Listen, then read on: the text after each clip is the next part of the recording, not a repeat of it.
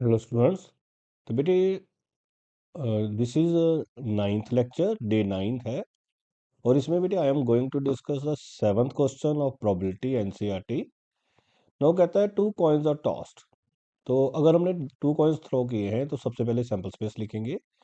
तो क्या बनेगा हमारे पास sample space? Head head, head tail, tail head and tail tell.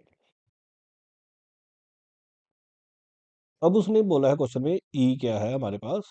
Tell appears on one coin.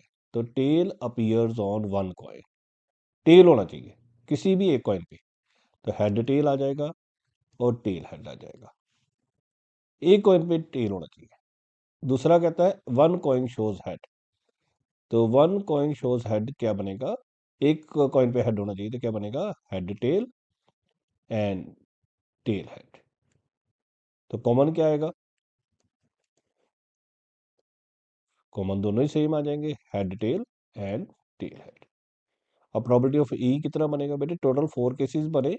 ई में 2 केसेस हैं तो 2/4। एफ में भी 2 केसेस हैं, 2/4। इंटरसेक्शन में भी, कॉमन में भी दो ही केसेस बन रहे हैं। ई इंटरसेक्शन एम में भी कितने बनेंगे? 2/4। और हम इस पर्टिकुलर क्वेश्चन में he has demanded E by F. तो ई बाई एफ का हमारा क्या फॉर्म चल रहा है? E intersection F divided by P F. तो ई इंटरसेक्शन एफ हमारा क्या है? 2/4। पी एफ भी क्या है? 2/4। 2/4 2/4 सारे कट जाएंगे और रिजल्ट विल बी 1। तो this was about the very first part. हमारा जो वेरी फर्स्ट पार्ट है वो हो गया। अब सेकंड पार्ट में उसने बोला है, जो सेकंड पार्ट है उसमें वो कह रहा है ई का मतलब है नो टेल अपीयर। अगर कोई टेल नहीं है तो हमारे पास कौन कौन से केस बनेंगे?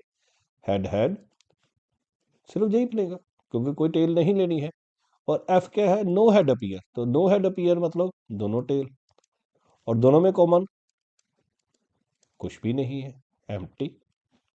एम्प्टी सेट लिख सकते हो। तो प्रोबेबिलिटी ऑफ ई कितना है? 1/4। प्रोबेबिलिटी ऑफ एफ कितना आएगा? वो भी 1/4। Probability of E intersection F कितना आएगा? क्योंकि ई इंटरसेक्शन एफ में कोई एलिमेंट ही नहीं है, तो प्रोबेबिलिटी कितनी बनेगी? 0/4।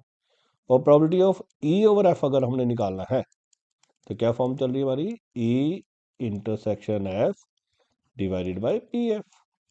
और ई इंटरसेक्शन एफ हमारा 0 है, तो 0/1/4 करेंगे तो आंसर कितना आ जाएगा? 0। ओके, थैंक यू बेटे।